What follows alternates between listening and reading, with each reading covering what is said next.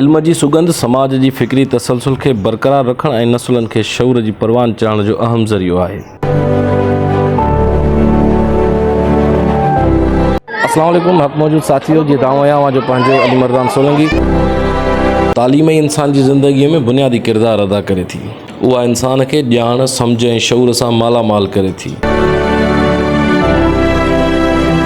पर वॾे अफ़सोस जी ॻाल्हि इहा आहे त हिन तालीम याफ़्ता ज़िले अंदरि तालीमी दरसगाहुनि ते ई कब्ज़नि जी कोशिश कई पई वञे। कुझु माण्हुनि, कुझु बासर माण्हुनि जो कब्ज़ो हलंदड़ हुयो, जंहिंखां पोइ सोशल मीडिया ते ख़बरूं हलण खां पोइ मोहम्मद क़ासिम टीओ एजुकेशन जो पाण हिन जाइ ते पहुतो आहे। दादा मूंखे असांजे हेडमास्टर रिपोर्ट कयो as a talk education officer. मूंखे ज़रूरी हो त मां ग्राउंड ते पहुची रियलिटीज़ खे ॾिसां।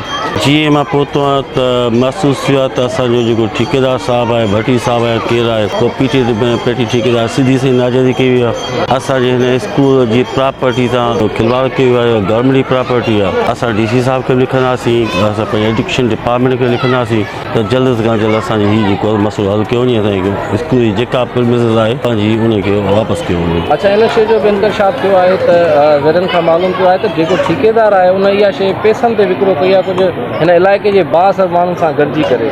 ॾिसो, थी सघे थो, थी न बि सघे थो, ॿई शयूं आहिनि। छो जो जॾहिं इन्वेस्टिगेशन में शयूं ईंदियूं, ज़ाहिर ॻाल्हि आहे जेके इदारा आहिनि पंहिंजी जांच पड़ताल कंदा, उन में इहे शयूं वाज़े थींदियूं त ठेकेदारी छो कयो आहे। ज़ाहिरी तौर ते इहा शइ लॻे थी, तव्हांजी ॻाल्हि सां मां सहमत आहियां।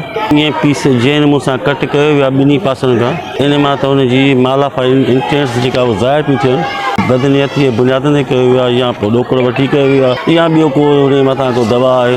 आई डोंट नो, मां हिन श्योरिटी नथो थी सघां। बहरहाल जेका बि शइ ईंदी साम्हूं अची वेंदी।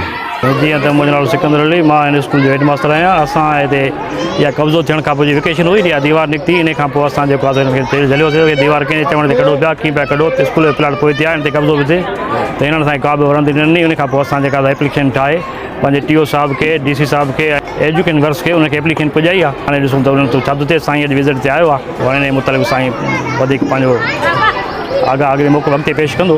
काफ़ी हद ताईं हली चुको आहे। जॾहिं त सोशल मीडिया ते इन शइ जी ख़बर हली आहे, उन खां पोइ वञी इन शइ जो एक्शन थियो आहे। अवां जो रोज़मर्रा स्कूल अचे था, त अवां खां इहा शइ कीअं रहिजी वई? हिते मोकल हुई न, 2 महीना वेकेशन हुई। नओं मसइलो न आहे, पुराणो मसइलो आहे। 2 टे साल अॻु में बि हिननि इहो कयो। हिन ते जेकॾहिं असां वरी NC कटराईसीं, जिन वारस हुयो हिते काउंसलर, उन वक़्त में असां हिनखे रोकराईसीं। जॾहिं पुराणी बिल्डिंग हुई, वरी जे हाणे नई बिल्डिंग थियण खां पोइ मौक़ो हुनखे मिलियो, ठेकेदार आयो आहे, त वरी हिननि दीवार कढी आहे। पहिरियां त दीवार न हुई, हिते ख़ाली पियल हुयो। छा था सम्झो हिन मुतालिक़ इन बासरनि ख़िलाफ़ एक्शन थींदो?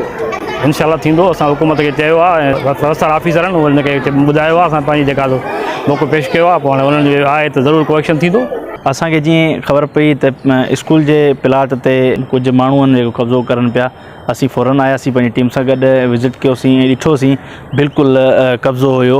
उन खे रोकण जे लाइ असां क़ानूनी रस्तो अख़्तियार कयोसीं। TO खे ऐं DC खे लिखियोसीं। TO ऐं पोतो विज़िट कयईं ऐं उन बि एतिराफ़ु कयो त बिल्कुलु ही ग़लति थिए पियो, ऐं उन ख़ातिरी कराई आहे त इंशाअल्लाह तमामु जल्द क़ानूनी कार्रवाई थींदी, ऐं जेको कब्ज़ा माफ़िया आहिनि उन्हनि खे हितां भॼाइबो। जेका स्कूल जी प्रॉपर्टी आहे उहा स्कूल खे ॾिनी वेंदी। जंहिं स्कूल जी विज़िट बि कई आहे ऐं उन जेको आहे सो कब्ज़े वारे प्लाट खे बि विज़िट कयो आहे, ऐं उन्हनि चयो आहे त इंशाअल्लाह जेको आहे सो गवर्नमेंट इन शइ जो एक्शन वठंदी ऐं तहरुक वठंदी। इंशाअल्लाह इहो जेको प्लाट आहे इहो स्कूल जी प्रॉपर्टी में शामिलु थिए थो, ऐं इंशाअल्लाह इन तां कब्ज़ो तमामु जल्द हटायो वेंदो।